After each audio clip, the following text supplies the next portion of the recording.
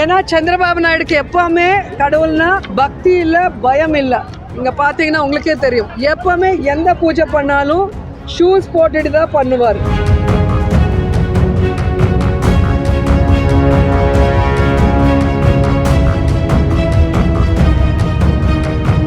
எந்த பூஜை பண்ணாலும் ஷூஸ் போட்டுட்டு தான் பண்ணுவார்.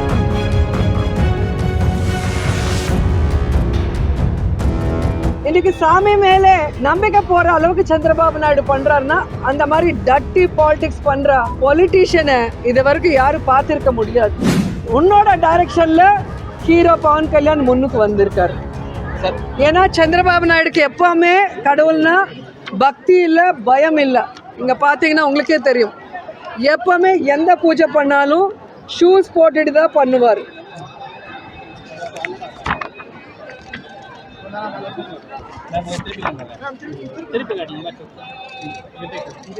எந்த பூஜை பண்ணாலும் ஷூஸ் போட்டுட்டு தான் பண்ணுவார்.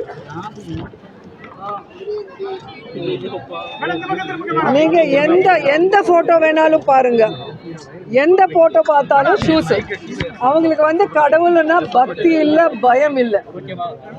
ஸோ ஒரு வாட்டி உங்களுக்கே தெரியும், வெயில் கால மண்டபம் திருமலையில் அவர் டெஸ்ட்ராய் பண்ணுறதுனால அதே திருமலையில் பாம் பிளாஸ்ட் ஆயிருக்கு. ஸோ கடவுள் பனிஷ்மெண்ட் கொடுத்தார். ஆனாலும் புத்தி வராமல் மறுபடியும் தப்பு பண்ணிட்டு இருக்காரு. அவர் ஜெகன்மோகன் ரெட்டி டார்கெட் பண்ணுறேன்னு நினைக்கிறார். ஆனால் இன்னைக்கு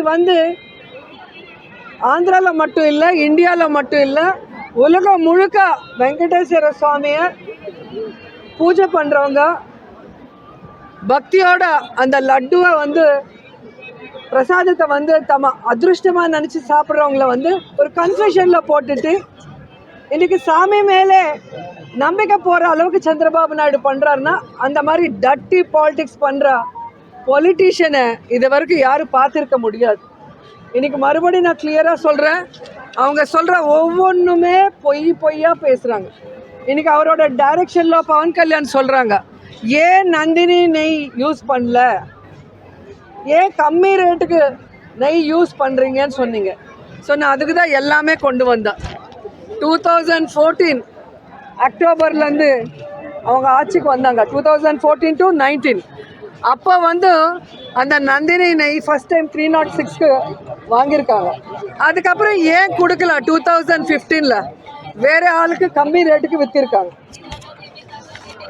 ஸோ இது நீங்கள் உங்களுக்கு கொடுக்குற ஒவ்வொரு காப்பியும் நீங்கள் பார்த்துக்கோங்க. 2014 to 2024 வரைக்கும் டெண்டர் ப்ராசஸ் என்ன, எந்த மாதிரி L1 கொடுப்பாங்க டெண்டரு, அதில் என்ன டெண்டர் யாருக்கு L1 கொடுப்பாங்க, யார் நெய் எப்படி சர்ஃபரா பண்ணுவாங்க, அது எப்படி டெஸ்ட் பண்ணுவாங்க, டெஸ்ட் பண்ணி எப்படி அனுப்புவாங்க, டெஸ்ட்டில் சரியாக இல்லைன்னா எப்படி ரிஜெக்ட் பண்ணுவாங்க, எந்தெந்த கவர்மெண்ட்டில் எத்தனை வாட்டி ரிஜெக்ட் ஆகிருக்குன்னு இதில் கிளியராக இருக்குது.